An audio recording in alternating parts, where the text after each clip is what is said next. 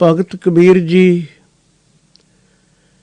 ਸਾਨੂੰ ਸਮਝਾ ਰਹੇ ਹਨ ਇਸ ਸੰਸਾਰ ਨੂੰ ਸਵਰਗ ਕਿੰਜ ਬਣਾਇਆ ਜਾ ਸਕਦਾ ਹੈ। ਇਹ ਮਨੁੱਖ ਦੇ ਜੀਵਨ ਦੇ ਢੰਗ ਉੱਪਰ ਸਭ ਕੁਝ ਨਿਰਭਰ ਕਰਦਾ ਹੈ।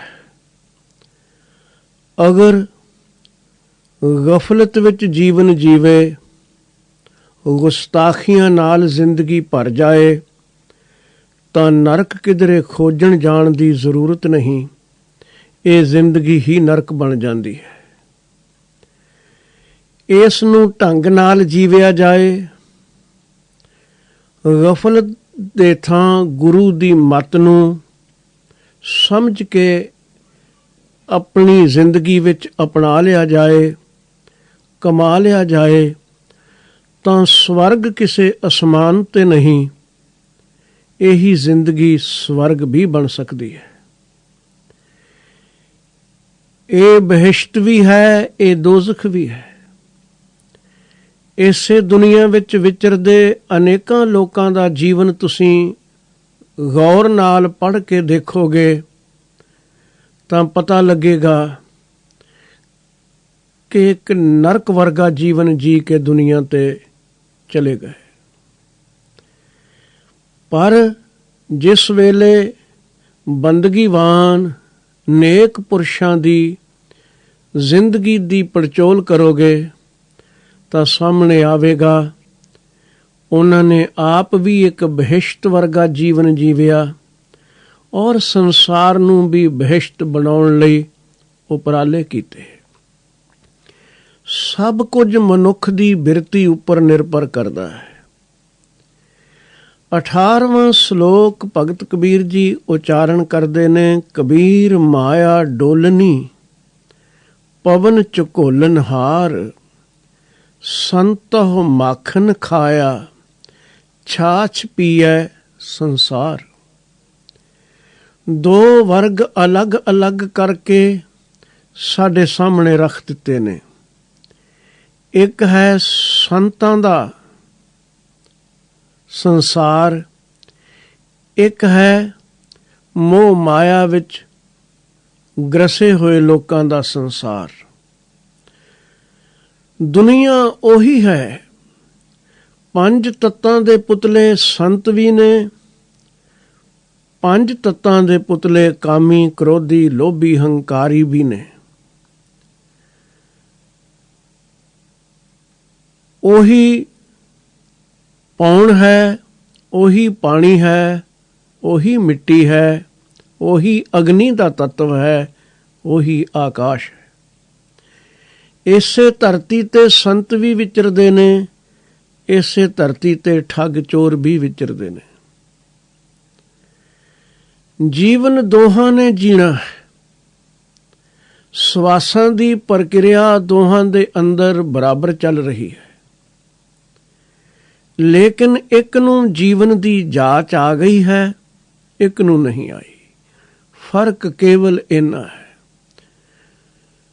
ਔਰ ਇਹ ਫਰਕ ਜ਼ਿੰਦਗੀ ਵਿੱਚ ਜ਼ਮੀਨ ਅਸਮਾਨ ਦਾ ਅੰਤਰ ਪਾ ਜਾਂਦਾ ਹੈ। ਕਬੀਰ ਸਾਹਿਬ ਕਹਿੰਦੇ ਨੇ, ਇਹ ਦੁਨੀਆ, ਇਹ ਮਾਇਆ, ਇਹ ਦੁਨੀ ਇੱਕ ਡੋਲਨੀ ਹੈ, ਦੁੱਧ ਦੀ ਚਾਟੀ ਹੈ, ਦੁੱਧ ਵਾਲਾ ਭਾਂਡਾ ਹੈ। ਪਰਮਾਤਮਾ ਵੱਲੋਂ ਕੋਈ ਵਿਤਕਰਾ ਨਹੀਂ ਕਿ ਕਿਸੇ ਵਾਸਤੇ ਦੁੱਧ ਵਿੱਚ ਦੁਨੀਆ ਦੇ ਦੋਧੀਆਂ ਵਾਂਗ ਮਿਲਾਵਟ ਕਰ ਦਿੱਤੀ ਹੋਵੇ। ਜੇ ਉਸਨੇ ਪੌਣ ਬਣਾਈ ਹੈ, ਸਭ ਵਾਸਤੇ ਸਮਾਨ ਹੈ। ਜੇ ਪਾਣੀ ਸਿਰਜਿਆ, ਉਹ ਪਿਆਸ ਸੰਤ ਦੀ ਵੀ ਮਿਟਾਉਂਦਾ ਹੈ, ਪਿਆਸ ਚੋਰ ਦੀ ਵੀ ਮਿਟਾਉਂਦਾ ਹੈ। ਉਹ ਤਨ ਦੀ ਮੈਲ ਭਗਤ ਦੀ ਵੀ ਦੂਰ ਕਰਦਾ ਹੈ, ਉਹ ਤਨ ਦੀ ਮੈਲ ਠੱਗ ਚੋਰ ਦੀ ਵੀ ਦੂਰ ਕਰਦਾ ਹੈ। ਇਉਂ ਹੀ ਪ੍ਰਕਿਰਤੀ ਦੇ ਬਾਕੀ ਹਿੱਸੇ ਨੇ। ਸੂਰਜ ਤੋਂ ਰੌਸ਼ਨੀ ਆਉਂਦੀ ਹੈ, ਧੁੱਪ ਆਉਂਦੀ ਹੈ, ਚੰਦਰਮਾ ਤੋਂ ਚਾਨਣੀ ਆ ਰਹੀ ਹੈ, ਕੋਈ ਅੰਤਰ ਨਹੀਂ, ਸਭ ਲਈ ਬਰਾਬਰ ਹੈ। ਲੇਕਿਨ ਇਸਤੇਮਾਲ ਕਰਨ ਵਾਲੇ ਲੋਕ ਅਲੱਗ ਅਲੱਗ ਬਿਰਤੀਆਂ ਵਾਲੇ ਨੇ। ਉਸੇ ਰਾਤ ਵਿੱਚ ਕੋਈ ਚੋਰ ਜਾਗਦਾ ਹੈ, ਕਿਸੇ ਦਾ ਘਰ ਭੰਨਦਾ ਹੈ। ਉਸੇ ਰਾਤ ਵਿੱਚ ਕੋਈ ਸੰਤ ਜਾਗਦਾ ਹੈ, ਉਹ ਆਪਣੇ ਅੰਦਰਲੇ ਘਰ ਦੀ ਪੜਚੋਲ ਕਰਦਾ ਹੈ। ਰਾਤ ਉਹੀ ਸੀ, ਸਮਾਂ ਉਹੀ ਸੀ, ਸੰਨਾਟਾ ਉਹੀ ਸੀ, ਲੇਕਿਨ ਦੋਹਾਂ ਦੇ ਫਰਕ ਇਸਤੇਮਾਲ ਕਰਨ ਵਿੱਚ ਸੀ। ਇੱਕ ਨੇ ਬੇਕਾਰ ਗਵਾਇਆ, ਬਲਕਿ ਪਾਪਾਂ ਦੀ ਪੰਡ ਹੋਰ ਚੁੱਕੀ। ਇੱਕ ਨੇ ਉਸ ਸਨਾਟੇ ਨੂੰ, ਉਸ ਸ਼ਾਂਤੀ ਭਰੇ ਮਾਹੌਲ ਨੂੰ ਇਸਤੇਮਾਲ ਕੀਤਾ ਆਪਣੀ ਅੰਦਰਲੀ ਸ਼ਾਂਤੀ ਬਣਾਉਣ ਵਾਸਤੇ। ਇਉਂ ਹੀ ਸੰਸਾਰ ਦੇ ਸਭ ਪਦਾਰਥ ਹਨ। ਪਰ ਜੋ ਨੁਕਤਾ ਕਬੀਰ ਜੀ ਨੇ ਸਾਨੂੰ ਅੱਜ ਬਖਸ਼ਿਆ ਹੈ, ਲੱਖਾਂ ਯੋਗ ਦੇ ਤਰੀਕੇ, ਉਲਟੇ ਸਿੱਧੇ ਆਸਣ ਸਿੱਖੋ, ਉਹਨਾਂ ਸਾਰਿਆਂ ਨਾਲੋਂ ਕੀਮਤੀ ਹੈ। ਕਰੋੜਾਂ ਕਰਮਕਾਂਡ ਕਮਾਓ, ਉਹਨਾਂ ਸਭਨਾਂ ਨਾਲੋਂ ਵਧੇਰੇ ਕੀਮਤੀ ਹੈ। ਔਰ ਹੈ ਸਾਡੀ ਬੁਨਿਆਦ ਵੀ ਇਹੀ।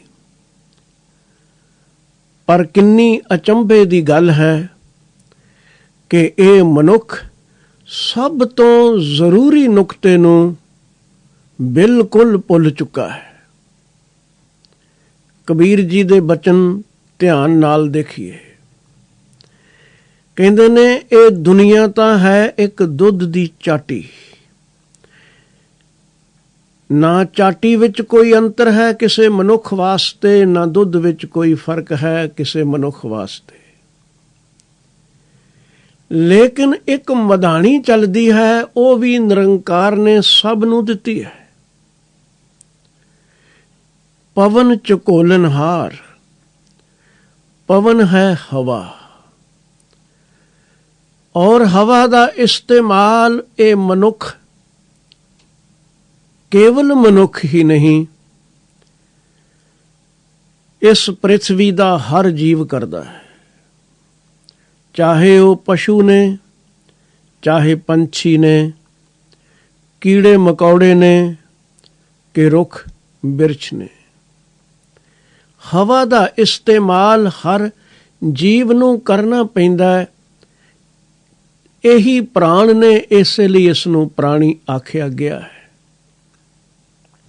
ਸਵਾਸਾਂ ਦੇ ਕਾਰਨ ਇਹ ਹੈ ਇੱਕ ਮਧਾਣੀ। ਦੁੱਧ ਠੀਕ ਹੋਵੇ, ਭਾਂਡਾ ਵੀ ਸਾਫ਼ ਹੋਵੇ। ਹਾਲਾਂਕਿ ਇਹਨਾਂ ਗੱਲਾਂ ਦਾ ਖਿਆਲ ਰੱਖਣਾ ਬੜਾ ਲਾਜ਼ਮੀ ਹੈ। ਸਾਹਿਬ ਗੁਰੂ ਨਾਨਕ ਦੇਵ ਮਹਾਰਾਜ ਜੀ ਨੇ ਤਾਕੀਦਾਂ ਕੀਤੀਆਂ ਨੇ, ਭਾਂਡਾ ਧੋਏ ਬੈਸ ਧੂਪ ਦੇਵਹੁ, ਤੋ ਦੁੱਧੈ ਕੋ ਜਾਵਹੁ। ਭਾਂਡਾ ਸਾਫ਼ ਕਰਕੇ ਦੁੱਧ ਪਾਈ। ਇਸ ਮਨ ਦੇ ਭਾਂਡੇ ਨੂੰ ਸਾਫ਼ ਕਰਕੇ ਦੁਨੀਆ ਨੂੰ ਅੰਦਰ ਵਸਾਈ। ਬੜਾ ਫਰਕ ਜੇ ਭਾਂਡਾ ਗੰਦਾ ਹੋਇਆ ਤਾਂ ਸਵੱਛ ਦੁੱਧ ਵੀ ਖਰਾਬ ਹੋ ਜਾਏਗਾ। दूध कर्म फुन सुरत समायण होए निराश जमावहो, जपहो त एको नामा अवर निराफल कामा। सतगुरु कहते ने बाकी दे काम भी सारे निष्फल ने। किवें मथना है इस दुध नूं? एहो मन ईटी हाथ करो गुलियां, मन नूं काबू विच कर लेना। नेत्रो नींद ना आवे, नेत्रा मधानी नूं रिड़कण चलाउण वाली रस्सी। जे गफलत विच पिया नहीं कि ये गुलियां हथों छुटियां नहीं। सावधान रहो, रसना नाम जपो तब मथिए, इन बिद अमृत पावो। रसना नाल प्रभु दा नाम जप ते इस दुध नूं रिड़क लै, तैनूं अमृत मिल जाएगा। पर ये दुनिया दे दुध दी चाटी नूं ਰਿੜਕਣ ਵਾਸਤੇ ਨਿਰੰਕਾਰ ਨੇ ਸਾਨੂੰ ਮਧਾਣੀ ਦਿੱਤੀ ਹੈ ਸਵਾਸਾਂ ਦੀ। ਬਗੈਰ ਸਵਾਸਾਂ ਤੋਂ ਦੁਨੀਆ ਦਾ ਦੁੱਧ ਵੀ ਰਿੜਕਿਆ ਨਾ ਜਾ ਸਕੇਗਾ। ਮੱਖਣ ਕੱਢਣਾ ਤਾਂ ਦੂਰ ਦੀ ਗੱਲ, ਲੱਸੀ ਵੀ ਪ੍ਰਾਪਤ ਨਾ ਕਰ ਸਕੋਗੇ। ਜਦ ਪ੍ਰਾਣ ਪੰਖੇਰੂ ਉੱਡ ਜਾਂਦੇ ਨੇ, ਭਾਵੇਂ ਹੀਰੇ ਜਵਾਹਰਾਤ ਪਏ ਹੋਣ ਤੇ ਭਾਵੇਂ ਕੌਡੀਆਂ, ਕੋਈ ਅੰਤਰ ਨਹੀਂ ਰਹਿ ਜਾਂਦਾ।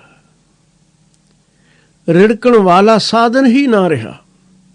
ਜਿੰਨੀ ਦੇਰ ਸਵਾਸਾਂ ਦੀ ਮਧਾਣੀ ਪਾਸ ਹੈ, ਉਤਨੀ ਦੇਰ ਹੀ ਕੁਝ ਕਰ ਸਕਦੇ ਹੋ। ਔਰ ਇਹ ਪਵਨ ਬੜੀ ਕੀਮਤੀ ਹੈ। ਸੱਚ ਤਾਂ ਇਹ ਹੈ ਕਿ ਜੇ ਪਵਨ ਨਾ ਹੁੰਦੀ ਤਾਂ ਬਾਕੀ ਦੇ ਤੱਤ ਵੀ ਨਾ ਹੋ ਸਕਦੇ। ਹਵਾ ਨਾ ਹੋਵੇ, ਪਾਣੀ ਨਹੀਂ ਹੋ ਸਕੇਗਾ।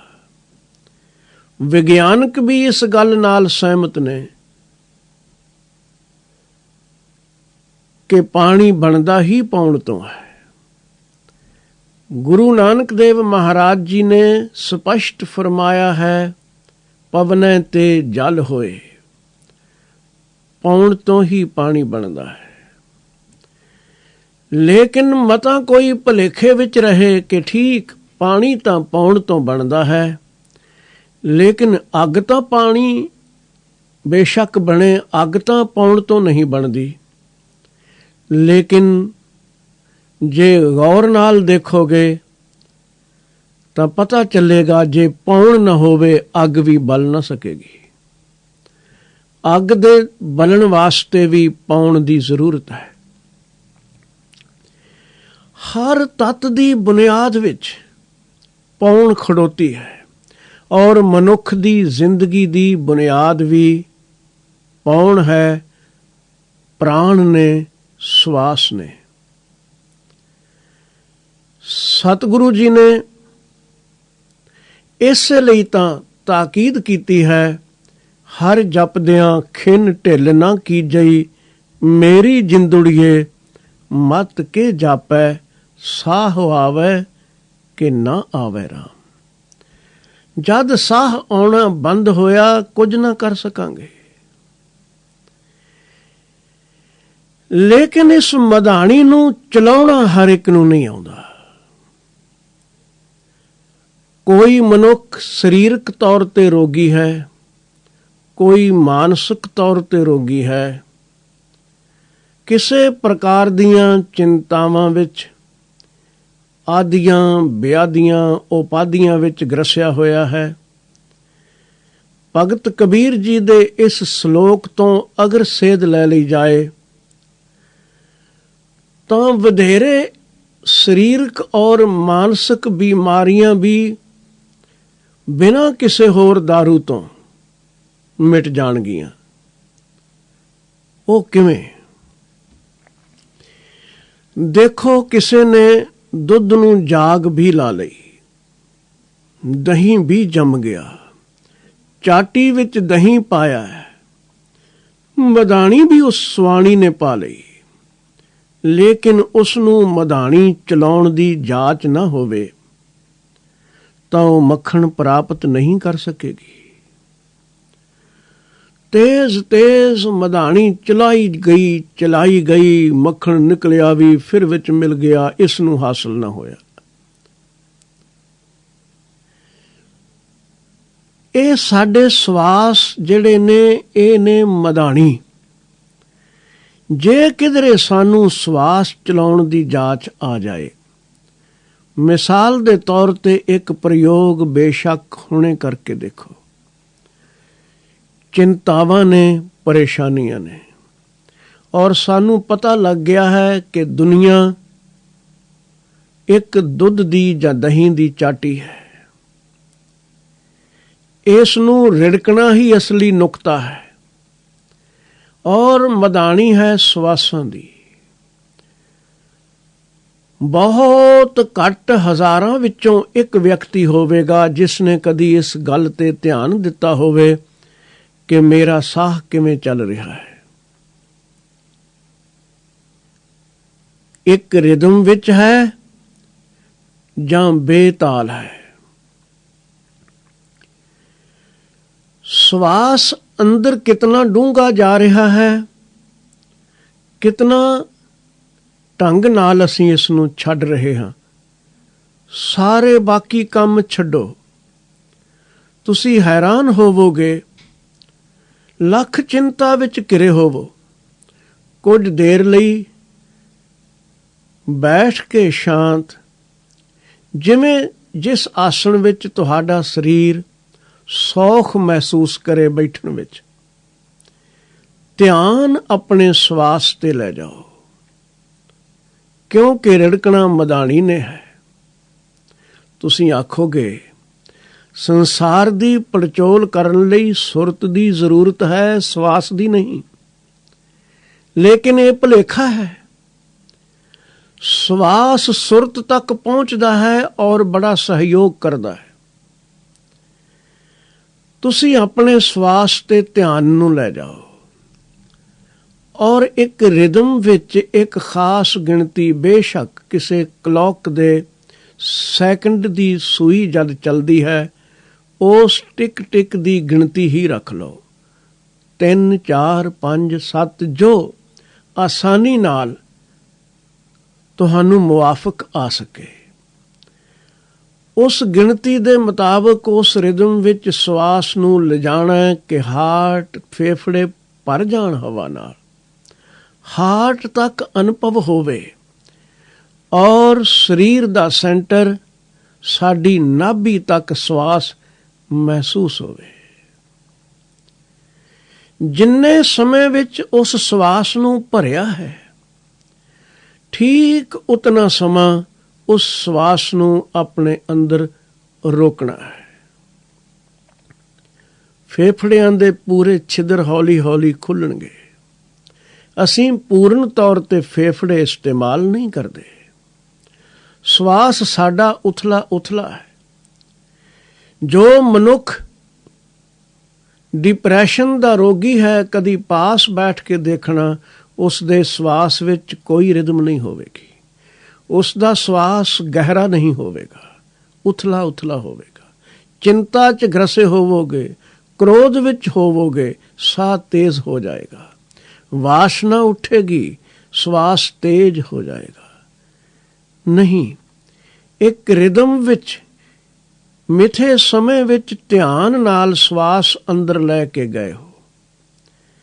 ਇਸ ਦੇ ਨਾਲ ਨਾਲ ਇੱਕ ਫੀਲ ਕਰੋ, ਜਿਸ ਪਰਮਾਤਮਾ ਨੇ ਇਹ ਸਵਾਸ ਜ਼ਿੰਦਗੀ ਦਾ ਸੋਮਾ ਬਣਾ ਦਿੱਤਾ ਹੈ, ਕਿ ਇਸੇ ਦੇ ਨਾਲ ਅਸੀਂ ਜੀਵਤ ਹਾਂ, ਜਿਉਂਦੇ ਹਾਂ, ਇਸ ਵਿੱਚ ਖਬਰੇ ਉਸਨੇ ਹੋਰ ਕੀ ਕੀ ਕਰਾਮਾਤ ਰੱਖੀ ਹੋਵੇਗੀ। ਔਰ ਤੁਸੀਂ ਦੇਖੋਗੇ, ਸਵਾਸ ਅੰਦਰ ਪੂਰਨ ਤੌਰ ਤੇ ਭਰਿਆ ਹੈ। ਨਾਲ ਮਹਿਸੂਸ ਕਰੋ, ਇਹ ਕੇਵਲ ਪਾਉਣ ਨਹੀਂ, ਇਸ ਪਾਉਣ ਵਿੱਚ ਜ਼ਿੰਦਗੀ ਦਾ ਦਾਤਾ ਖੁਦ ਵੀ ਬੈਠਾ ਹੋਇਆ ਹੈ। ਉਸ ਦੀ ਐਨਰਜੀ ਸਾਡੇ ਅੰਦਰ ਜਾ ਰਹੀ ਹੈ।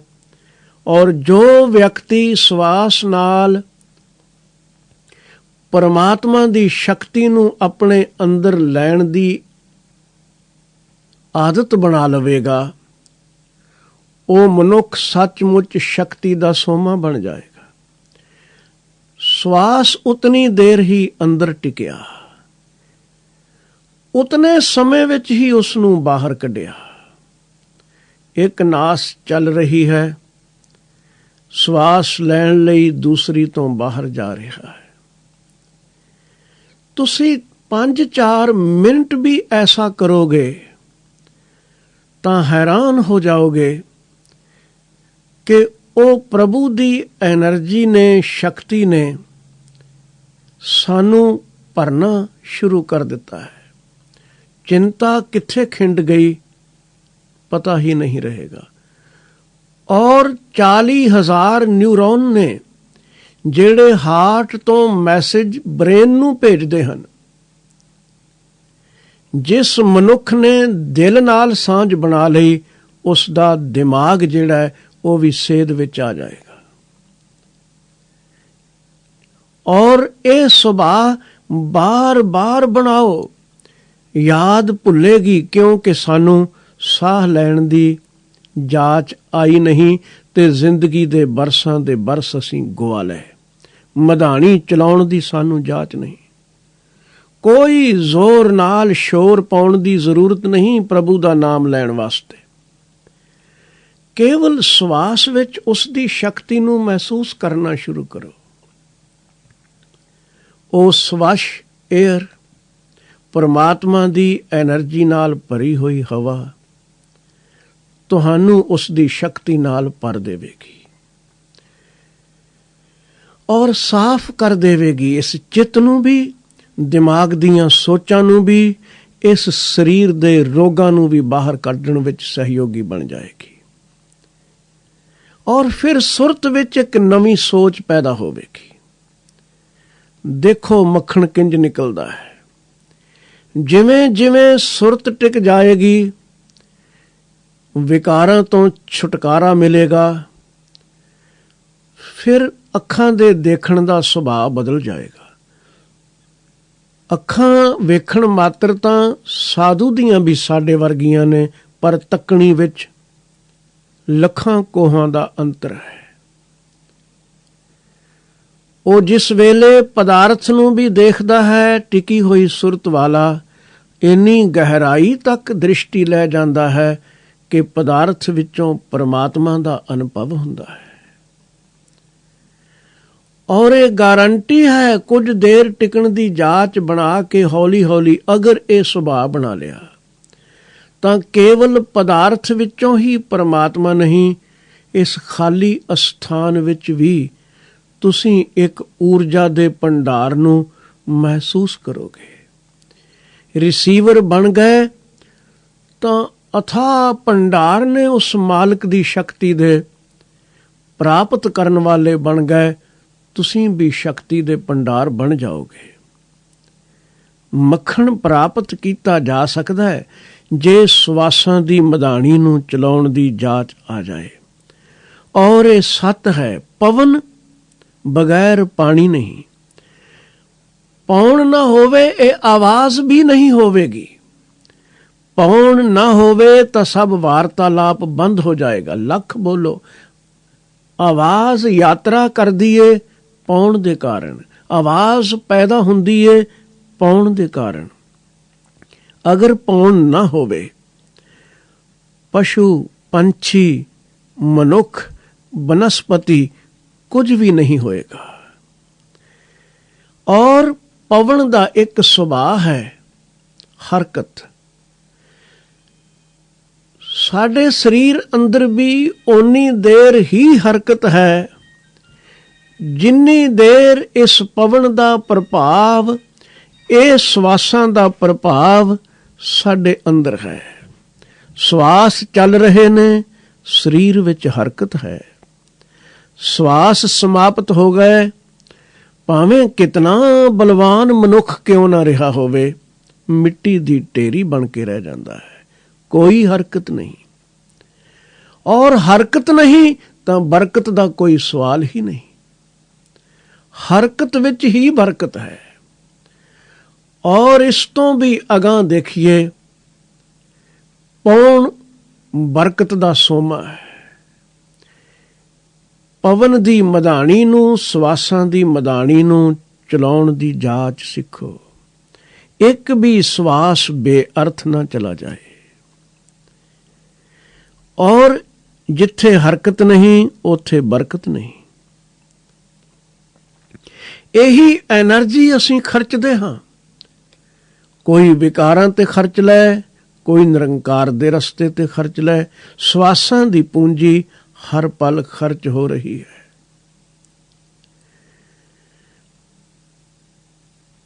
ਖਰਚ ਸਮਝ ਨਾਲ ਹੀ ਕਰਨਾ ਚਾਹੀਦਾ ਹੈ।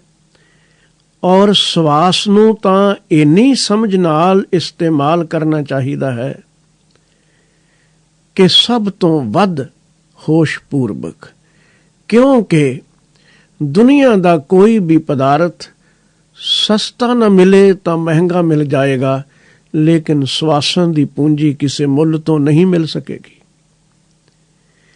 ਇਹ ਪਵਨ ਝਕੋਲਨਹਾਰ ਹੈ।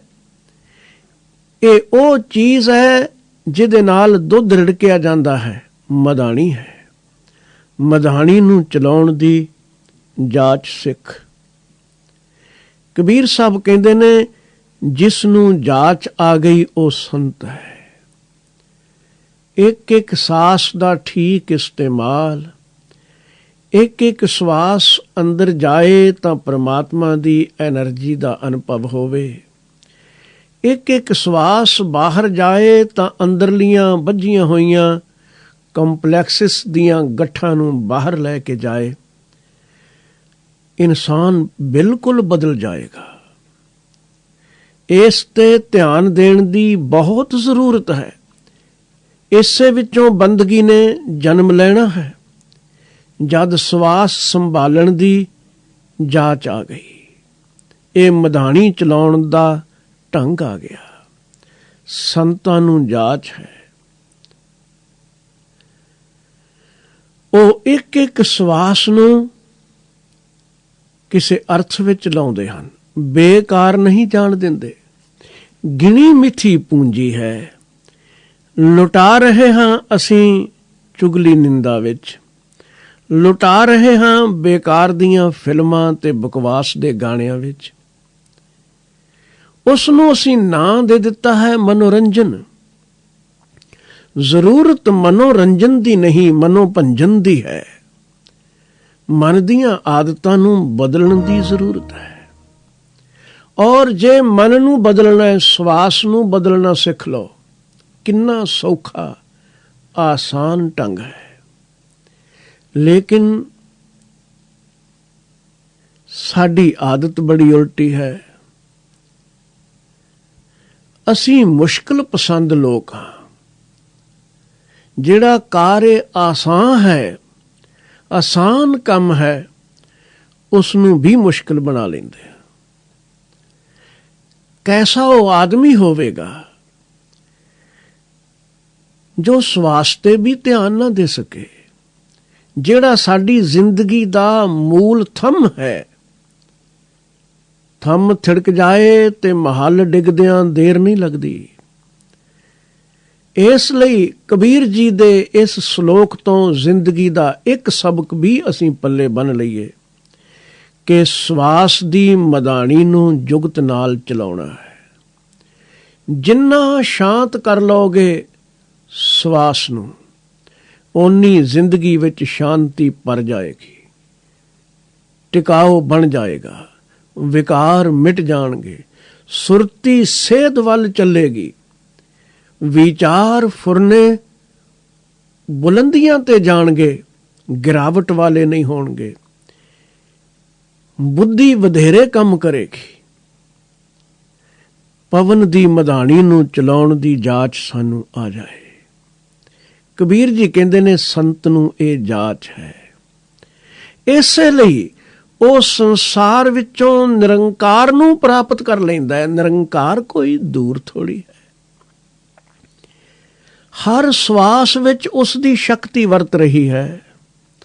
ਸ੍ਰਿਸ਼ਟੀ ਦੇ ਕਣ ਕਣ ਵਿੱਚ ਉਸ ਦੀ ਐਨਰਜੀ ਹੈ। ਦੇਖਣ ਵਾਲਾ ਬਣ।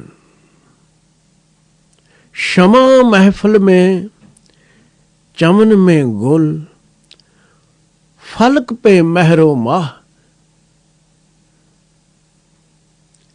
महफिल विच जलदी हुई शमा, बगीचे विच खिड़े हुए फुल, के आकाश ते चमकदे सूरज चंद्रमा तारे स्यारे। शमा महफिल में चमन में गुल, फलक पे महरो माह। देखने वाला जो हो हर जा तेरी तस्वीर है। जिन्हां नूं जाच आ गई ਸਵਾਸਾਂ ਨੂੰ ਠੀਕ ਢੰਗ ਨਾਲ ਇਸਤੇਮਾਲ ਕਰਨ ਦੀ, ਉਹਨਾਂ ਆਖਿਆ ਲੋਕ ਲੱਖ ਖੋਜਦੇ ਫਿਰਨ ਤੈਨੂੰ। ਕੋਈ ਪਹਾੜਾਂ ਵੱਲ ਚਲਾ ਜਾਏ, ਕੋਈ ਜੰਗਲਾਂ ਦੀ ਯਾਤਰਾ ਸ਼ੁਰੂ ਕਰ ਲੈ, ਪਰ ਮੈਂ ਦੇਖ ਲਿਆ ਹੈ ਦੂਰ ਜਾਣ ਦੀ ਕੋਈ ਜ਼ਰੂਰਤ ਹੀ ਨਹੀਂ। ਸਗਲ ਬਨਸਪਤ ਮਹਿ ਬੈਸੰਤਰ, ਸਗਲ दूध मह किया। ऊंच नीच मह जोत समाणी, ਘਟ ਘਟ ਮਾਧੋ ਜੀਆ। ਸੰਤ ਜਨ ਇੰਜ ਮੱਖਣ ਖਾਂਦੇ ਨੇ, ਉਹ ਪ੍ਰਮਾਤਮਾ ਦੇ ਅਨੁਭਵ ਵਿੱਚ ਵਿਚਰਦੇ ਹਨ। ਤੇ ਜੇ ਦਹੀਂ ਨੂੰ ਕੋਈ ਰਿੜਕੇ ਮੱਖਣ ਮਿਲੇ ਨਾ, ਜਾਂ ਇੰਜ ਕਹਿ ਲਓ ਮੱਖਣ ਕੋਈ ਕੱਢ ਕੇ ਲੈ ਗਿਆ ਤੇ ਬਾਕੀ ਬਚਦਾ ਕੀ ਹੈ? ਅਗਰ ਮੱਖਣ ਪਾਸੇ ਕਰ ਦਿੱਤਾ ਜਾਏ ਤੇ ਬਾਕੀ ਬਚਦੀ ਏ ਛਾਛ। ਛਾਛ ਆਖਦੇ ਨੇ ਲੱਸੀ ਨੂੰ। ਲੱਸੀ ਤੁਸੀਂ ਗਰੀਬ ਗੁਰਬਿਆਂ ਨੂੰ ਵੀ ਵੰਡ ਦਿੰਦੇ ਹੋ ਕਿ ਪਿਆਸ ਮਿਟਾ ਲੈ, ਮੱਖਣ ਸੰਭਾਲ ਕੇ ਰੱਖਦੇ ਹੋ। ਪਰ ਜੇ ਕੋਈ ਮਨੁੱਖ ਮੱਖਣ ਗਵਾ ਲਏ, ਲੱਸੀ ਸੰਭਾਲਦਾ ਰਹੇ, ਮੱਖਣ ਤਾਂ ਕੱਲ ਘਿਓ ਵੀ ਬਣ ਜਾਏਗਾ। ਅਨੇਕਾਂ ਪ੍ਰਕਾਰ ਦੀਆਂ ਤਰਕਾਰੀਆਂ ਬਣਾਉਣ ਲਈ, ਪਦਾਰਥ ਬਣਾਉਣ ਲਈ ਕੰਮ ਆਵੇਗਾ, ਸ਼ਕਤੀ ਦਾ ਸਰੋਤ ਬਣੇਗਾ। ਲੇਕਿਨ ਲੱਸੀ ਅੱਜ ਨਹੀਂ ਤੇ ਕੱਲ ਸਹੀ ਖੱਟੀ ਹੋ ਜਾਏਗੀ, ਡੋਲਣੀ ਪੈ ਸਕਦੀ ਹੈ। ਅਗਰ ਪਦਾਰਥਾਂ ਵਿੱਚ ਵਿਚਰਦਿਆਂ ਹੋਇਆਂ ਪਰਮਾਤਮਾ ਰੂਪੀ ਮੱਖਣ ਦਾ ਸਾਥ ਨਾ ਪਾਇਆ, ਸਵਾਸਾਂ ਦੀ ਮਦਾਣੀ ਉਂਝ ਹੀ ਚੱਲਦੀ ਰਹਿ ਗਈ ਤੇ ਪੱਲੇ ਪਈ ਲੱਸੀ ਐ ਫੋਕਟ। ਤੇ ਫੋਕਟ ਪਦਾਰਥਾਂ ਨੇ ਅੱਜ ਨਹੀਂ ਤੇ ਕੱਲ ਸਹੀ ਖੱਟਿਆਂ ਹੋ ਜਾਣਾ ਹੈ। ਕਿਹੜਾ ਪਦਾਰਥ ਆਖਰ ਖੱਟਾ ਸਾਬਤ ਨਹੀਂ ਹੋਇਆ? ਕੋਈ ਕਿਸੇ ਦਾ ਸਾਥ ਦਿੰਦਾ ਹੈ? ਹਰਗਿਜ਼ ਨਹੀਂ। ਸਭ ਪਦਾਰਥਾਂ ਦੀਆਂ ਪੰਡਾਂ ਇਸੇ ਹੀ ਜਹਾਨ ਤੇ ਛੱਡ ਕੇ ਖਾਲੀ ਹੱਥ ਇਹ ਜੀਵ ਤੁਰ ਜਾਂਦਾ ਹੈ। ਮਦਾਣੀ ਚੱਲਣੀ ਸਵਾਸਾਂ ਦੀ ਬੰਦ ਹੋਈ, ਖੇਲ ਖਤਮ ਹੋ ਗਈ। ਮੱਖਣ ਵਿਹਾਜਿਆ ਨਾ, ਲੱਸੀ ਕੰਮ ਨਾ ਆਈ, ਝੂਠਾ ਸਨੇਹ ਬਣਾ ਕੇ ਬੈਠਾ ਰਹਿ ਗਿਆ। ਭਾਈ ਸਾਹਿਬ ਭਾਈ ਗੁਰਦਾਸ ਜੀ ਨੇ ਬੇਮੁਖ ਦੀ ਹਾਲਤ ਜਿਸ ਵੇਲੇ ਲਿਖੀ, ਉਹਨਾਂ ਮਿਸਾਲਾਂ ਤਾਂ ਹੋਰ ਵੀ ਦਿੱਤੀਆਂ, ਲੇਕਿਨ ਸ਼ੁਰੂਆਤ ਇੱਥੋਂ ਕੀਤੀ, ਮੱਖਣ ਤੋਂ ਤੇ ਲੱਸੀ ਤੋਂ। ਕਹਿਣ ਲੱਗੇ, ਮੱਖਣ ਲਿਆ ਵਿਰੋਲ ਕੈ, ਛਾਹੇ ਛੁੱਟੜ ਹੋਈ। ਮੱਖਣ ਕੱਢ ਲਿਆ, ਲੱਸੀ ਨੂੰ ਕੌਣ ਪੁੱਛੇ? ਸਵਾਲ ਮੱਖਣ ਦਾ ਸੀ। ਮੱਖਣ ਲਿਆ ਵਿਰੋਲ ਕੈ, ਛਾਹੇ ਛੁੱਟੜ ਹੋਈ। ਪੀੜ ਲਈ ਰਸ ਗੰਨਿਓ, ਛਿੱਲ ਛੂਹੈ ਨਾ ਕੋਈ। ਗੰਨੇ ਨੂੰ ਪੀੜ ਕੇ ਰਸ ਕੱਢ ਲਈ ਜਾਏ ਤਾਂ ਛਿੱਲ ਨੂੰ ਕਿਸੇ ਨੇ ਚੂਸ ਕੇ ਕੀ ਕਰਨਾ? ਸੁਕਾ ਕੇ ਅੱਗ ਵਿੱਚ ਡਾਹ ਦਿੰਦੇ ਨੇ। ਰੰਗ ਮਜੀਠੋਂ ਨਿਕਲੈ, ਅੱਡ ਲਹੈ ਨਾ ਸੋਈ।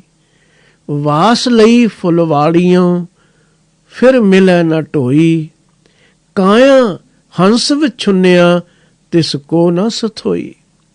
ਜਦੋਂ ਹੰਸ ਉਡਾਰੀ ਮਾਰ ਗਿਆ, ਜਿਹੜੀ ਕਾਇਆ ਅਤ ਕੀਮਤੀ ਸੀ, ਇਸ ਦਾ ਵੀ ਕੋਈ ਸਾਥੀ ਨਹੀਂ ਬਣਦਾ। ਬੇਮੁਖ ਸੁੱਕੇ ਰੁੱਖ ਜਿਉਂ, ਵੇਖੈ ਸਭ ਲੋਈ। ਤੋ ਭਗਤ ਕਬੀਰ ਜੀ ਨੇ ਸਾਨੂੰ 18ਵੇਂ ਸ਼ਲੋਕ ਵਿੱਚ ਜਾਚ ਦੱਸੀ ਹੈ, ਪਵਨ ਦੀ ਮਦਾਣੀ ਢੰਗ ਨਾਲ ਚਲਾਈ, ਤੈਨੂੰ ਮੱਖਣ ਮਿਲੇਗਾ। ਅਗਰ ਤੂੰ ਮੱਖਣ ਪ੍ਰਾਪਤ ਕਰਨ ਵਾਲਾ ਬਣ ਗਿਓ, ਤੂੰ ਸੰਤ ਹੈ। ਸੰਤ ਜਨਾਂ ਨੇ ਇਹ ਮੱਖਣ ਛਕਿਆ ਹੈ।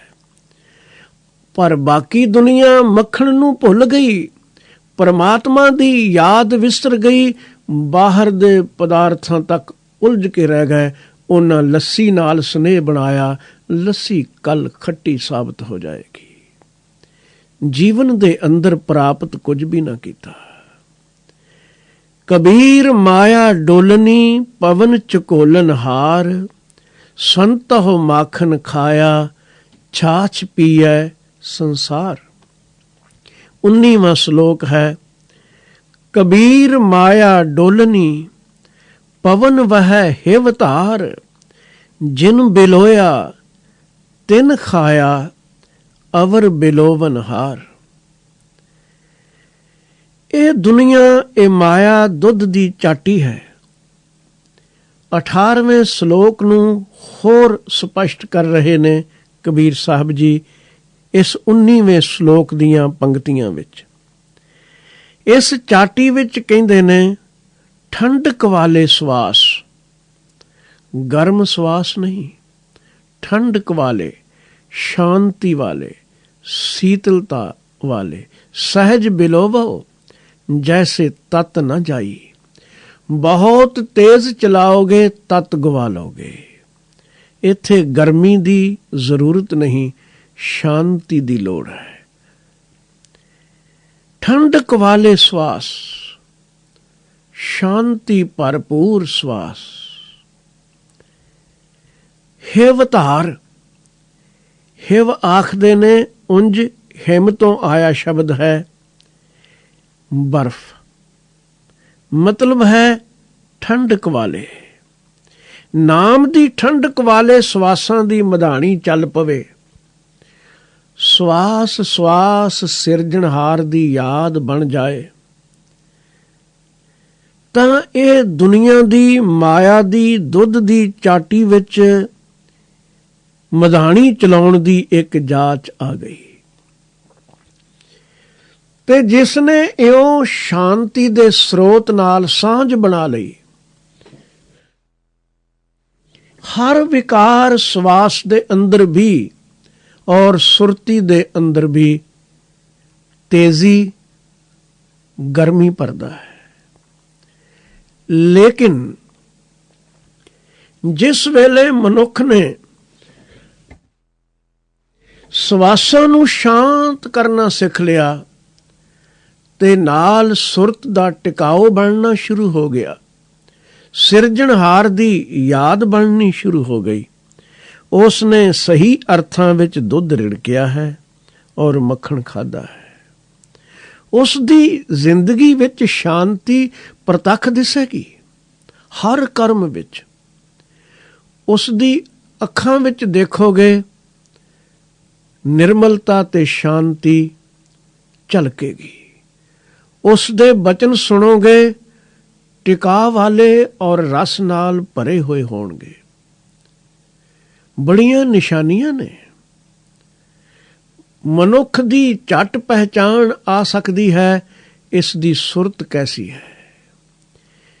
ਜਿਸ ਮਨੁੱਖ ਦੇ ਬੋਲਾਂ ਵਿੱਚ ਟਿਕਾ ਹੈ, ਬਚਨਾਂ ਵਿੱਚ ਸ਼ਾਂਤੀ ਹੈ, ਅੰਦਰ ਰਸ ਹੈ, ਤਾਂ ਬਚਨਾਂ ਵਿੱਚੋਂ ਰਸ ਬਰਸੇਗਾ, ਤੱਕਣੀ ਵਿੱਚੋਂ ਰਸ ਬਰਸੇਗਾ, ਹਰ ਕਰਮ ਵਿੱਚੋਂ ਝਲਕ ਮਿਲੇਗੀ ਉਸ ਮਾਲਕ ਦੀ। ਅੰਦਰ ਸ਼ਾਂਤੀ ਬਣੇ ਸਹੀ। ਕਬੀਰ ਸਾਹਿਬ ਕਹਿੰਦੇ ਨੇ ਇਹ ਮਾਇਆ, ਇਹ ਦੁਨੀਆ ਹੈ ਦੁੱਧ ਦੀ ਚਾਟੀ, ਠੰਡਕ ਵਾਲੇ ਸਵਾਸ ਨਾਮ ਰਸ ਵਾਲੇ। ਇਹ ਹੈ ਮਧਾਣੀ ਹਿਲਾਉਣ ਦੀ ਜੁਗਤ। ਜਿਸ ਨੇ ਇਉਂ ਚਲਾਈ ਉਸ ਭਾਗਾਂ ਵਾਲੇ ਖੁਸ਼ਕਿਸਮਤ ਇਨਸਾਨ ਨੇ ਇਸ ਮਧਾਣੀ ਨਾਲ ਦੁੱਧ ਰਿੜਕ ਲਿਆ ਤੇ ਮੱਖਣ ਖਾਧਾ। ਜਿਨ ਬਿਲੋਇਆ ਤਿਨ ਖਾਇਆ। ਅਵਰ ਬਿਲੋਵਨਹਾਰ। ਪਰ ਐਸੇ ਲੋਕ ਵੀ ਹਨ ਜਿਹੜੇ ਇਹ ਮਧਾਣੀ ਚਲਾਈ ਤਾਂ ਜਾਂਦੇ ਨੇ, ਪਰ ਸਹਿਜ ਸ਼ਾਂਤੀ ਦਾ ਤਿਨਾਂ ਨੂੰ ਕੋਈ ਪਤਾ ਨਹੀਂ। ਇਹ ਮਧਾਣੀ ਕੇਵਲ ਚੱਲ ਰਹੀ ਹੈ ਤੇਜ਼ੀ ਨਾਲ। ਮਨੁੱਖ ਦੀ ਜ਼ਿੰਦਗੀ ਦੇਖੋ, ਟਿਕਾ ਮਿਲਦਾ ਹੀ ਨਹੀਂ। ਦੌੜ ਹੀ ਦੌੜ ਹੈ, ਦੌੜ ਹੀ ਦੌੜ ਹੈ ਹਰ ਵੇਲੇ। ਔਰ ਇਸ ਦੌੜ ਨੇ ਲੈ ਕੇ ਕੇਵਲ ਕਬਰ ਤੱਕ ਜਾਣਾ ਹੈ, ਇਸ ਤੋਂ ਪਾਰ ਨਹੀਂ। ਸੱਚ ਤਾਂ ਇਹ ਹੈ ਕਿ ਕਬਰ ਤੱਕ ਵੀ ਕੋਈ ਆਪ ਤਾਂ ਬਹੁਤ ਘੱਟ ਹੀ ਪਹੁੰਚਿਆ ਹੋਵੇਗਾ। 4 ਵਿਅਕਤੀ ਚੁੱਕ ਕੇ ਜਾਂ ਕਿਸੇ ਸਵਾਰੀ ਤੇ ਬਿਠਾ ਕੇ ਰੱਖ ਕੇ ਛੱਡ ਕੇ ਹੀ ਆਉਂਦੇ ਨੇ। ਕੀ ਅਰਥ ਹੈ ਇਸ ਦੌੜ ਦਾ? ਟਿਕਾਓ ਦਾ ਆਨੰਦ ਕਦ ਮਾਣਾਂਗੇ? ਜਦ ਸਵਾਸ ਸਮਾਪਤ ਹੋ ਗਏ ਤਾਂ ਮਿੱਟੀ ਦੀ ਢੇਰੀ ਹੈ। ਨਿਕਸਿਆ ਫੂਕ ਤਾਂ ਹੋਏ ਗਇਓ ਸੁਆਹਾ। ਫਿਰ ਤਾਂ ਕੁਝ ਵੀ ਨਾ ਬਚੇਗਾ। ਮਦਾਣੀ ਚਲਾਉਣ ਦੀ ਜਾਚ ਸਿੱਖੋ। ਪਰ ਕਬੀਰ ਸਾਹਿਬ ਕਹਿੰਦੇ ਨੇ ਵਿਰਲੇ ਵਿਰਲੇ ਵਡਭਾਗੀ ਪੁਰਸ਼ ਨੂੰ ਇਹ ਦੁੱਧ ਰਿੜਕਣਾ ਆਇਆ ਹੈ। ਉਹਨਾਂ ਨੂੰ ਤਾਂ ਮੱਖਣ ਮਿਲਿਆ। ਉਹਨਾਂ ਨੂੰ ਪਤਾ ਹੈ ਪਦਾਰਥ ਸੰਸਾਰ ਦੇ ਅੰਦਰ ਜੀਵਨ ਦੇ ਨਿਰਵਾਹ ਲਈ ਚਾਹੀਦੇ ਨੇ, ਸਹਿਯੋਗੀ ਨੇ, ਲੇਕਿਨ ਪਦਾਰਥਾਂ ਦੀ ਖਾਤਰ ਪ੍ਰਮਾਤਮਾ ਨੂੰ ਭੁੱਲ ਜਾਣਾ ਬੜੀ ਵੱਡੀ ਗਲਤੀ ਹੋਵੇਗੀ। ਅਸਲੀ ਤੱਤਵ ਉਹ ਹੈ। ਇਹਨਾਂ ਪਦਾਰਥਾਂ ਰਾਹੀਂ ਹੀ ਪ੍ਰਮਾਤਮਾ ਤੱਕ ਵੀ ਪੁੱਜਿਆ ਜਾ ਸਕਦਾ ਹੈ। ਕਮਾਈ ਨੇਕ ਕਰਨੀ ਹੈ, ਨੇਕੀ ਦੇ ਕਾਰਜਾਂ ਤੇ ਇਸਤੇਮਾਲ ਕਰਨੀ ਹੈ। ਪਦਾਰਥਾਂ ਵਿੱਚ ਤੇ ਜੀਵਾਂ ਵਿੱਚ ਪ੍ਰਮਾਤਮਾ ਦੇ ਨੂਰ ਨੂੰ ਮਹਿਸੂਸ ਕਰਨਾ ਹੈ। ਇਹੀ ਜੀਵਨ ਬਹਿਸ਼ਤ ਹੈ। ਪਰ ਜ਼ਿਆਦਾਤਰ ਲੋਕ ਕਿੱਥੇ ਭਟਕ ਗਏ? ਅਵਰ ਬਿਲੋਵਨ ਹਾਰ, ਜਿਹੜੇ ਕੇਵਲ ਰਿੜਕਦੇ ਹੀ ਰਹਿ ਗਏ। ਮੱਖਣ ਕੱਢਣ ਦਾ ਪਤਾ ਨਹੀਂ, ਮਧਾਣੀ ਚਲਾਉਣ ਤੱਕ ਹੀ ਸੀਮਤ ਨੇ। ਸਾਹ ਲਈ ਜਾ ਰਹੇ ਨੇ, ਉਹ ਬੇਕਾਰ ਚਲੇ ਗਏ ਤਾਂ ਪਰਵਾਹ ਨਹੀਂ, ਨਿੰਦਾ ਵਿੱਚ ਗੁਜ਼ਰ ਗਏ ਤਾਂ ਪਰਵਾਹ ਨਹੀਂ, ਈਰਖਾ ਬਖੀਲੀ ਵਿੱਚ ਲੰਘ ਗਏ ਤਾਂ ਕੋਈ ਸਮਝ ਨਹੀਂ। ਮੱਖਣ ਪ੍ਰਾਪਤ ਨਹੀਂ ਕਰ ਸਕਣਗੇ। ਦੀਨ ਵਿਸਾਰ ਕੇ ਦੁਨੀਆ ਪਿੱਛੇ ਦੌੜ ਭੱਜ ਕਰਨ ਵਾਲਿਆਂ ਨੂੰ ਕੇਵਲ ਖੁਆਰੀ ਪੱਲੇ ਪੈਂਦੀ ਹੈ, ਜ਼ਿੰਦਗੀ ਬੇਕਾਰ ਗੁਆਚ ਜਾਂਦੀ ਹੈ।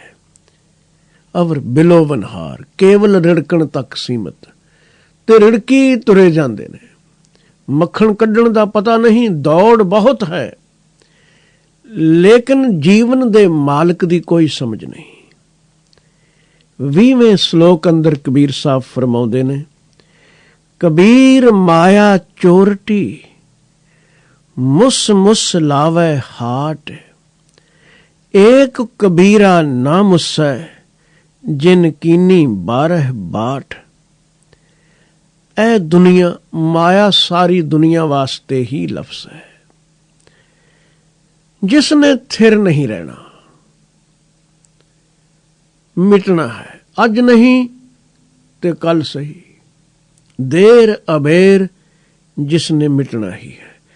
ਉਹ ਹਰ ਪਦਾਰਥ ਮਾਇਆ ਦਾ ਹੀ ਹਿੱਸਾ ਹੈ। ਫਿਰ ਉਹ ਧਰਤੀ ਵੀ ਕਿਉਂ ਨਾ ਹੋਵੇ, ਸੂਰਜ ਚੰਦਰਮਾ ਵੀ ਕਿਉਂ ਨਾ ਹੋਣ, ਪੂਰੀ ਇਹ ਦੁਨੀਆ ਮਾਇਆ ਦੇ ਕਲਾਵੇ ਵਿੱਚ ਹੈ, ਦਾਇਰੇ ਵਿੱਚ ਹੈ। ਕਬੀਰ ਸਾਹਿਬ ਕਹਿੰਦੇ ਨੇ ਮਨੁੱਖ ਭਟਕ ਕਿਉਂ ਗਿਆ? ਇਸ ਦੇ ਪਿੱਛੇ ਇੱਕ ਛੋਟਾ ਜਿਹਾ ਕਾਰਨ ਹੈ। ਕਾਰਨ ਇਹ ਹੈ ਕਿ ਇਹ ਮਾਇਆ ਹੈ ਚੋਰਟੀ। ਜਿਵੇਂ ਚੋਰ ਤੋਂ ਚੋਰਟਾ ਆਖਦੇ ਨੇ, ਇਹ ਚੋਰਣੀ ਚੋਰਟੀ ਹੈ, ਚੰਦਰੀ ਜਿਹੀ ਮੋਮੋ ਠਗਣੀ ਹੈ। ਜਿਸ ਨੇ ਢੰਗ ਇਹ ਅਪਣਾ ਲਿਆ ਹੈ ਕਿ ਜ਼ਹਿਰ ਦੇ ਉੱਪਰ ਖੰਡ ਲਪੇਟ ਰੱਖੀ ਹੈ, ਔਰ ਮਨੁੱਖ ਭਟਕਦਾ ਹੈ। ਇਸ ਨੇ ਚਮਕ ਦਮਕ ਬਣਾ ਕੇ ਮਨੁੱਖ ਦੀਆਂ ਅੱਖਾਂ ਨੂੰ ਚੁੰਧਿਆ ਦਿੱਤਾ ਹੈ। ਮਾਇਆ ਐਸੀ ਮੋਹਨੀ ਭਾਈ, ਜੇਤੇ ਜੀ ਤੇਤੇ ਡਹਕਾਈ। ਜੇਤੇ ਜੀ ਇਕੱਲੇ ਮਨੁੱਖ ਦੀ ਹੀ ਬਾਤ ਨਹੀਂ, ਗੁਰਬਾਣੀ ਅੰਦਰ ਸਤਿਗੁਰੂ ਜੀ ਨੇ ਬਾਕੀ ਦੇ ਜੀਵਾਂ ਦਾ ਜ਼ਿਕਰ ਵੀ ਕੀਤਾ ਹੈ ਕਿ ਤਿਨਾਂ ਨੂੰ ਵੀ ਮਾਇਆ ਨੇ ਮੋਹ ਲਿਆ। ਜਲ ਮਹਿ ਮੀਨ ਮਾਇਆ ਕੇ ਬੇਦੇ, ਪਾਣੀ ਵਿੱਚ ਮੱਛੀ ਵੀ ਮਾਇਆ ਦੀ ਮੋਹੀ ਹੋਈ। ਇੱਕੋ ਹੀ ਚਸਕਾ ਜ਼ਬਾਨ ਦਾ ਲੱਗਾ, ਆਪਣੇ ਤੋਂ ਛੋਟੀ ਮੱਛੀ ਨੂੰ ਖਾ ਜਾਣਾ ਹੈ, ਔਰ ਇੱਕ ਚਸਕਾ ਉਸ ਦੇ ਪ੍ਰਾਣਾਂ ਦਾ ਆਖਰ ਦੁਸ਼ਮਣ ਬਣ ਗਿਆ। ਜਦ ਇਸ ਦੀ ਕਮਜ਼ੋਰੀ ਕਿਸੇ ਸ਼ਿਕਾਰੀ ਨੂੰ ਪਤਾ ਲੱਗੀ, ਉਸ ਨੇ ਲੋਹੇ ਦੀ ਕੁੰਡੀ ਉੱਪਰ ਛੋਟੀ ਮੱਛੀ ਲਾ ਦਿੱਤੀ। ਖਾਣ ਆਈ ਵੱਡੀ ਮੱਛੀ ਦੇ ਗਲੇ ਵਿੱਚੋਂ ਕੁੰਡਾ ਉਤਰ ਗਿਆ, ਕੰਡਾ ਲੰਘ ਗਿਆ। ਕਿਸੇ ਨੂੰ ਖਾਣ ਆਈ ਖੁਦ ਖਾਧੀ ਗਈ। ਮਾਇਆ ਦੇ ਪ੍ਰਭਾਵ ਵਿੱਚ ਵਿਚਰਦਿਆਂ ਇੰਜ ਹੀ ਹੁੰਦਾ ਹੈ। ਸੋਚਦਾ ਹੈ ਮਨੁੱਖ ਮੈਂ ਦੂਜਿਆਂ ਨੂੰ ਲੁੱਟ ਰਿਹਾ ਹਾਂ ਕਿ ਧੋਖਾ ਧੜੀ ਕਰ ਰਿਹਾ ਹਾਂ। ਲੁੱਟੀਂਦੀ ਆਪਣੀ ਜ਼ਿੰਦਗੀ ਜਾ ਰਹੀ ਹੈ। ਜਲ ਮਹਿ ਮੀਨ ਮਾਇਆ ਕੇ ਬੇਦੇ, ਦੀਪਕ ਪਤੰਗ ਮਾਇਆ ਕੇ ਛੇਦੇ। ਪਤੰਗੇ ਨੂੰ ਸੜਨ ਦਾ ਕੋਈ ਸ਼ੌਕ ਨਹੀਂ। ਖਿਆਲ ਰੱਖਣਾ ਕਿ ਜਾਣ ਬੁੱਝ ਕੇ ਉਹ ਆਪਣੇ ਆਪ ਨੂੰ ਜਲਾ ਦੇਣਾ ਚਾਹੁੰਦਾ ਹੋਵੇ, ਹਰਗਿਜ਼ ਨਹੀਂ। ਲੇਕਿਨ ਉਸ ਦੀ ਕਮਜ਼ੋਰੀ ਹੈ ਇੱਕ, ਉਹ ਚਮਕ ਦਮਕ ਦਾ ਇੰਨਾ ਸ਼ੌਕੀਨ ਹੈ ਕਿ ਚਮਕਦੀ ਹੋਈ ਲਾਟ ਨੂੰ ਦੇਖ ਕੇ ਉਸ ਪਾਸੋਂ ਰੁਕਿਆ ਹੀ ਨਹੀਂ ਜਾਂਦਾ। ਮਾਇਆ ਦੀ ਚਮਕ ਉਸ ਨੂੰ ਮੋਹ ਕੇ ਲੈ ਗਈ, ਖਿੱਚ ਲਿਆ। ਗਿਆ ਤਾਂ ਚਮਕ ਦੇਖ ਕੇ ਖਬਰੇ ਕਿੰਨੀ ਪਿਆਰੀ ਚੀਜ਼ ਹੋਵੇਗੀ, ਲੇਕਿਨ ਲਾਟ ਨੇ ਜਲਾ ਕੇ ਰਾਖ ਕਰ ਦਿੱਤਾ। ਦੁਨੀਆ ਦੀ ਚਮਕ ਦਮਕ ਦਾ ਸ਼ੌਕੀਨ ਆਦਮੀ ਆਖਰ ਇਉਂ ਜਲ ਜਾਂਦਾ ਹੈ। ਸਿਆਣਿਆਂ ਸਾਵਧਾਨ ਤੇ ਬੜਾ ਕੀਤਾ ਹੈ ਕਿ ਹਰ ਚਮਕਦੀ ਚੀਜ਼ ਸੋਨਾ ਨਹੀਂ ਹੁੰਦੀ। ਧਿਆਨ ਰੱਖੀ, ਸਾਵਧਾਨ ਰਹੀ। ਲੇਕਿਨ ਚਮਕ ਦੇਖ ਕੇ ਭਰਥਰੀ ਵਰਗੇ ਧੋਖਾ ਖਾ ਗਏ ਤੇ ਲਾਲ ਸਮਝ ਕੇ ਕਿਸੇ ਦੇ ਪਾਨ ਖਾ ਕੇ ਥੁੱਕੇ ਹੋਏ ਥੁੱਕ ਨਾਲ ਹੱਥ ਲਪੇਟ ਲਏ। ਚਮਕ ਦਮਕ ਪਰਮਾਉਂਦੀ ਹੈ, ਪਰ ਸਿਆਣੇ ਲੋਕ ਜਾਣਦੇ ਨੇ all that glitters is not gold। ਦੀਪਕ ਪਤੰਗ ਮਾਇਆ ਕੇ ਛੇਦੇ, ਕਾਮ ਮਾਇਆ ਕੁੰਚਰ ਕੋ ਵਿਆਪੈ। ਹਾਥੀ ਨੂੰ ਕਾਮ ਦੇ ਰੂਪ ਵਿੱਚ ਮਾਇਆ ਵਿਆਪੀ। ਕਾਮ ਵਿੱਚ ਇੰਨਾ ਅੰਨਾ ਹੋਇਆ ਕਿ ਸ਼ਿਕਾਰੀ ਨੂੰ ਪਤਾ ਸੀ ਇਹ ਕਾਮ ਦਾ ਰੋਗੀ ਹੈ। ਉਸਨੇ ਜ਼ਮੀਨ ਅੰਦਰ ਇੱਕ ਬੜਾ ਵੱਡਾ ਟੋਆ ਪੁੱਟ ਦਿੱਤਾ, ਜਿਸ ਵਿੱਚ ਹਾਥੀ ਡਿੱਗੇ ਤਾਂ ਨਿਕਲ ਨਾ ਸਕੇ ਆਪਣੇ ਆਪ। ਉੱਪਰੋਂ ਉਸਨੇ ਵਿਛਾ ਕੇ ਕਾਨੇ ਆਦਿਕ ਘਾਹ ਫੂਸ ਇਉਂ ਬਣਾ ਦਿੱਤਾ ਜਿਵੇਂ ਸਧਾਰਨ ਜ਼ਮੀਨ ਹੋਵੇ। ਉਸ ਦੇ ਉੱਪਰ ਕਾਗਜ਼ ਦੀ ਇੱਕ ਹਥਨੀ ਬਣਾ ਕੇ ਖੜੀ ਕਰ ਦਿੱਤੀ। ਕਮਾਲ ਹੈ। ਕਾਮ ਦੇ ਰੋਗ ਵਿੱਚ ਅੰਨਾ ਹੋਇਆ ਹਾਥੀ ਪਹਿਚਾਣ ਨਾ ਸਕਿਆ ਔਰ ਆਇਆ ਟੋਏ ਵਿੱਚ ਡਿੱਗ ਪਿਆ। ਕਬੀਰ ਜੀ ਨੇ ਆਖਿਆ, ਕਾਲ ਬੂਤ ਕੀ ਹਸਤਨੀ ਮਨ ਭੌਰਾ ਰੇ, ਚਲਤ ਰਚਿਓ ਜਗਦੀਸ਼। ਕਾਮ ਸਵਾਏ ਗਜ ਬਸ ਪਰੇ ਮਨ ਭੌਰਾ ਰੇ, ਅੰਕਸ ਸਹਿਓ ਸੀਸ। ਉਹਨਾਂ ਬਾਂਦਰ ਦਾ ਵੀ ਜ਼ਿਕਰ ਕੀਤਾ, ਬੜਾ ਚਾਲਾਕ। ਲੇਕਿਨ ਪਕੜਨ ਵਾਲੇ ਨੂੰ ਪਤਾ ਹੈ ਇਹ ਛੋਲਿਆਂ ਦੀ ਮੁੱਠ ਦਾ ਲਾਲਚੀ ਹੈ। ਤੰਗ ਮੂੰਹ ਵਾਲੀ ਕੁੱਜੀ ਲੈ ਕੇ ਛੋਲਿਆਂ ਨਾਲ ਜਾਂ ਫੁੱਲੀਆਂ ਨਾਲ ਭਰ ਦਿੱਤੀ। ਹੱਥ ਵਿੱਚ ਪਾਏ ਤਾਂ ਖਾਲੀ ਹੈ, ਲੰਘ ਜਾਏ ਮੁੱਠੀ ਭਰ ਲਏ ਤੇ ਉਹ ਬਾਹਰ ਨਾ ਨਿਕਲੇ। ਕੁੱਜਾ ਦੱਬਿਆ ਹੋਇਆ ਹੈ। ਬਾਂਦਰ ਨੇ ਹੱਥ ਪਾਇਆ ਲਾਲਚ ਵਿੱਚ। ਮੁੱਠੀ ਦਾ ਆਕਾਰ ਵੱਧ ਗਿਆ। ਜਿਸ ਵੇਲੇ ਉਹ ਛੋਲਿਆਂ ਦੀ ਮੁੱਠੀ ਭਰ ਲਈ, ਹੱਥ ਬਾਹਰ ਨਿਕਲਦਾ ਨਹੀਂ। ਛੱਡ ਦੇਵੇ ਤੇ ਹੁਣ ਨਿਕਲ ਜਾਏ, ਲੇਕਿਨ ਲਾਲਚ ਛੱਡਣ ਦਿੰਦਾ ਨਹੀਂ। ਸ਼ਿਕਾਰੀ ਨੇ ਪਕੜ ਲਿਆ, ਸਾਰੀ ਜ਼ਿੰਦਗੀ ਘਰ ਘਰ ਨਚਾਇਆ। ਕਬੀਰ ਜੀ ਨੇ ਉਸ ਦਾ ਜ਼ਿਕਰ ਵੀ ਕੀਤਾ। ਮਰਕਟ ਮੁਸ਼ਟੀ ਅਨਾਜ ਕੀ ਮਨ ਬੌਰਾ ਰੇ, ਲੀਨੀ ਹਾਥ ਪਸਾਰ। ਛੂਟਨ ਕੋ ਸਹਸਾ ਪਰਿਆ ਮਨ ਬੌਰਾ ਰੇ, ਨਾਚਿਓ ਘਰ ਘਰ ਬਾਰ।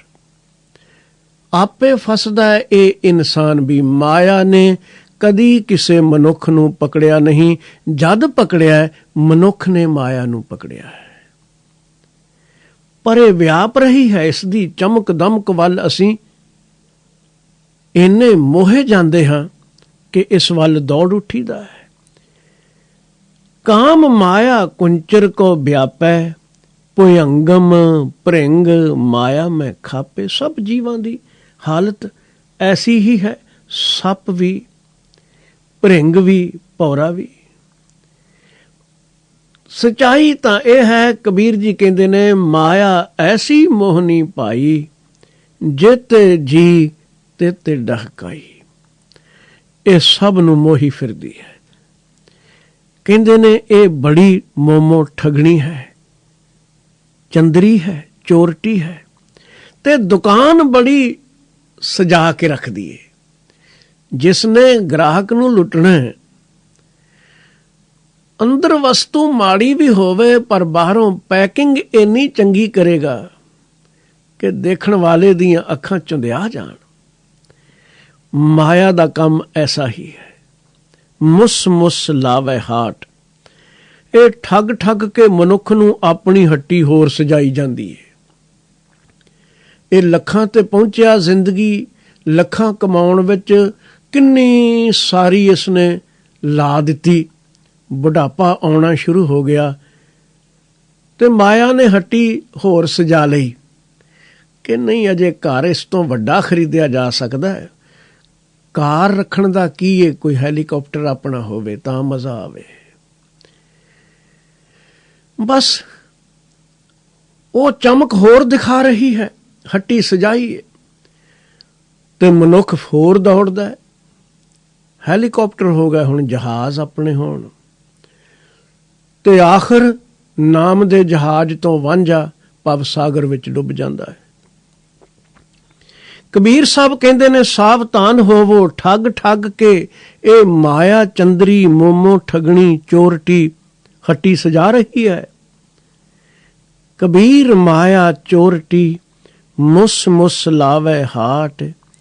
ਏਕ ਕਬੀਰਾ ਨਾ ਮੁਸੈ ਜਿਨ ਕੀਨੀ ਬਾਰਹ ਬਾਟ। ਪਰ ਕਬੀਰ ਸਾਹਿਬ ਕਹਿੰਦੇ ਨੇ, ਇੱਕ ਉਹ ਮਨੁੱਖ ਠੱਗੀ ਤੋਂ ਬਚ ਜਾਂਦਾ ਹੈ ਜਿਸ ਨੇ ਮਾਇਆ ਦੀਆਂ 12 ਵੰਡੀਆਂ ਕਰ ਦਿੱਤੀਆਂ। ਇਸ ਦੀ ਠੱਗੀ ਨੂੰ ਭੰਨ ਕੇ ਚਕਨਾ ਚੂਰ ਕਰਕੇ ਰੱਖ ਦਿੱਤਾ ਕਿ ਮੈਂ ਤੇਰੀ ਚਮਕ ਦਮਕ ਵਿੱਚ ਆਉਣ ਵਾਲਾ ਨਹੀਂ। 21ਵਾਂ ਸ਼ਲੋਕ ਕਬੀਰ ਸਾਹਿਬ ਫਰਮਾ ਰਹੇ ਨੇ, ਕਬੀਰ ਸੂਖ ਨ ਇਹ ਜੁਗ ਕਰਹਿ ਜੋ ਬਹੁਤੇ ਮੀਤ। ਜੋ ਚਿਤ ਰਾਖਹਿ ਏਕ ਸਿਉ ਤੇ ਸੁਖ ਪਾਵਹਿ ਨੀਤ। ਦੀਨ ਧਰਮ ਨਿਰੰਕਾਰ ਨੂੰ ਵਿਸਾਰ ਕੇ ਭੁਲਾ ਕੇ, ਇੱਕ ਮਿੱਤਰ ਨੂੰ ਭੁਲਾ ਕੇ ਤੇ ਬਹੁਤੇ ਮਿੱਤਰ ਬਣਾ ਲਏ। ਪਰ ਸਤਿਗੁਰੂ ਜੀ ਨੇ ਇੱਕ ਫੈਸਲਾ ਦਿੱਤਾ ਹੈ। ਕਹਿੰਦੇ ਨੇ, ਭੁਲੇਖੇ ਵਿੱਚ ਨਾ ਰਹੀ, ਮੈਂ ਤੈਨੂੰ ਸਾਵਧਾਨ ਕਰ ਦੇਣਾ ਚਾਹੁੰਦਾ। ਇਹ ਜਗ ਮੀਤ ਨ ਦੇਖਿਓ ਕੋਈ। ਸਗਲ ਜਗਤ ਆਪਣੇ ਸੁਖ ਲਾਗਿਓ, ਦੁੱਖ ਮੈਂ ਸੰਗ ਨ ਹੋਈ। ਸਭ ਦੁਨੀਆ ਆਪਣੇ ਆਪਣੇ ਮਤਲਬ ਨਾਲ ਬੱਝੀ ਪਈ ਹੈ। ਦੁੱਖ ਵਿੱਚ ਤੇਰਾ ਸਾਥੀ ਕੋਈ ਨਹੀਂ ਬਣਨਾ। ਵਿੱਚ ਸੁੱਖਾਂ ਦੇ ਸਾਰੀ ਦੁਨੀਆ ਨੇੜੇ ਟੁਕ ਟੁਕ ਬਹਿੰਦੀ। ਪਰਖੇ ਜਾਣ ਸੱਜਣ ਉਸ ਵੇਲੇ ਜਦ ਬਾਜੀ ਪੁੱਠੀ ਪੈਂਦੀ। ਛੱਡ ਕੇ ਦੌੜ ਜਾਂਦੇ ਨੇ। ਸਗਲ ਜਗਤ ਆਪਣੇ ਸੁਖ ਲਾਗਿਓ, ਦੁੱਖ ਮੈਂ ਸੰਗ ਨ ਹੋਈ। ਬਾਕੀ ਦੂਰ ਦੇ ਰਿਸ਼ਤਿਆਂ ਦੀ ਗੱਲ ਛੱਡ, ਨੇੜੇ ਵੱਲ ਦੇਖ ਲੈ। ਦਾਰਾ ਮੀਤ ਪੂਤ ਸੰਬੰਧੀ ਸਗਰੇ ਧਨ ਸਿਉ ਲਾਗੇ। ਨਾ ਕਮਾਈ ਕਰੇ ਤੇ ਘਰੋਂ ਕੱਢ ਦੇਣ। ਐਸਾ ਵੀ ਲੋਕਾਂ ਨਾਲ ਵਾਪਰਦਾ ਹੈ ਕਿ ਤੂੰ ਕਮਾਊ ਨਹੀਂ ਗਵਾਊ ਹੈ, ਚੱਲ ਨਿਕਲ। ਸਾਰੇ ਧਨ ਨਾਲ ਬੱਝੇ ਪਏ ਨੇ। ਜਬ ਹੀ ਨਿਰਧਨ ਦੇਖਿਓ ਨਰਕੋ, ਸੰਗ ਛਾੜ ਸਭ ਭਾਗੇ। ਗੁਰੂ ਤੇਗ ਬਹਾਦਰ ਸਾਹਿਬ ਕਹਿੰਦੇ ਨੇ, ਗਰੀਬੀ ਕੰਗਾਲੀ ਆਈ ਨਹੀਂ ਕਿ ਸਾਥ ਛੱਡ ਕੇ ਸੱਜਣ ਦੌੜੇ ਨਹੀਂ। ਇੱਕ ਹੋਰ ਬਚਨ ਅੰਦਰ ਹਜ਼ੂਰ ਨੇ ਫਰਮਾਇਆ, ਜਗਤ ਮੈਂ ਝੂਠੀ ਦੇਖੀ ਪ੍ਰੀਤ। ਆਪਣੇ ਹੀ ਸੁਖ ਸਿਉ ਸਭ ਲਾਗੇ, ਕਿਆ ਦਾਰਾ ਕਿਆ ਮੀਤ। ਅਸੀਂ ਆਖਾਂਗੇ ਸਾਰੇ ਤਾਂ ਆਖਦੇ ਨੇ ਤੂੰ ਮੇਰਾ ਤੂੰ ਮੇਰਾ, ਤੇ ਗੁਰੂ ਤੇਗ ਬਹਾਦਰ ਸਾਹਿਬ ਕਹਿੰਦੇ ਨੇ, ਮੇਰੋ ਮੇਰੋ ਸਭੈ ਕਹਿਤ ਹੈ। ਹਿਤ ਸਿਉ ਬਾਂਧਿਓ ਚੀਤ, ਅੰਤ ਕਾਲ ਸੰਗੀ ਨਹਿ ਕੋਊ। ਇਹ ਅਚਰਜ ਹੈ ਰੀਤ। ਕੌਣ ਅੰਤ ਸਾਥੀ ਬਣਿਆ ਹੈ? ਮਨ ਮੂਰਖ। ਹਾਲਤ ਸਾਡੀ ਕੀ ਹੈ? ਮਨ ਮੂਰਖ ਅਜਹੂ ਨਹਿ ਸਮਝਤ, ਸਿੱਖ ਦਇ ਹਾਰਿਓ ਨੀਤ। ਨਿਤ ਸਿੱਖਿਆ ਦੇ ਦੇ ਕੇ ਥੱਕ ਗਿਆ, ਮਨ ਫਿਰ ਵੀ ਸਮਝਦਾ ਨਹੀਂ। ਰੋਜ਼ ਗੁਰੂ ਦੇ ਬਚਨ ਸੁਣਦੇ ਹਾਂ ਪਰ ਸਮਝਦਾ ਤਾਂ ਵਿਰਲਾ ਹੀ ਮਨੁੱਖ ਹੈ। ਨਾਨਕ ਭੌਜਲ ਪਾਰ ਪਰੈ, ਜੋ ਗਾਵੇ ਪ੍ਰਭ ਕੇ ਗੀਤ। ਪਰ ਯਾਦ ਰੱਖੀ, ਕਬੀਰ ਜੀ ਨੇ ਸਾਨੂੰ ਖੂਬ ਸਾਵਧਾਨ ਕੀਤਾ। ਕਹਿਣ ਲੱਗੇ, ਬਹੁ ਪ੍ਰਪੰਚ ਕਰ ਪਰ ਧਨ ਲਿਆਵੇ। ਕਿਹਦੇ ਲਈ? ਪਰਿਵਾਰ ਪਾਲਣਾ, ਬਹਾਨਾ ਏ। ਸੁਤ ਦਾਰਾ ਪਹਿ ਆਨ ਲੁਟਾਵੇ। ਅੱਗੇ ਆਖਿਆ, ਮਨ ਮੇਰੇ ਭੂਲੇ ਕਪਟ ਨਾ ਕੀਜੈ, ਅੰਤ ਨਿਬੇਰਾ ਤੇਰੇ ਜੀ ਪਹਿ ਲੀਜੈ।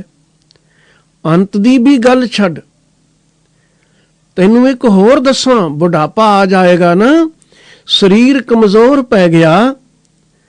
ਛਿਨ ਛਿਨ ਤਨ ਛੀਜੈ, ਜਰਾ ਜਨਾਵੈ, ਤਬ ਤੇਰੀ ਓਕ ਕੋਈ ਪਾਣੀਓ ਨਾ ਪਾਵੈ। ਜ਼ਰੂਰੀ ਨਹੀਂ ਤੈਨੂੰ ਕੋਈ ਪਾਣੀ ਦਾ ਘੁੱਟ ਵੀ ਪੁੱਛੇਗਾ। ਕਹਿਤ ਕਬੀਰ ਕੋਈ ਨਹੀਂ ਤੇਰਾ, ਹਿਰਦੈ ਰਾਮ ਕੀ ਨਾ ਜਪੈ ਸਵੇਰਾ। ਕਿਉਂ ਨਹੀਂ ਉਸ ਨਾਲ ਮਿੱਤਰਤਾ ਬਣਾ ਲੈਂਦਾ, ਉਸ ਦਾ ਨਾਮ ਜਪਦਾ। ਇਸ ਦੁਨੀਆ ਵਿੱਚ ਉਸ ਮਨੁੱਖ ਨੂੰ ਕਦੀ ਪੂਰਨ ਸੁੱਖ ਨਹੀਂ ਮਿਲਿਆ ਜਿਸ ਨੇ ਇੱਕ ਮਿੱਤਰ ਨੂੰ ਛੱਡ ਕੇ ਬਹੁਤੀਆਂ ਮਿੱਤਰਤਾਵਾਂ ਬਣਾਈਆਂ।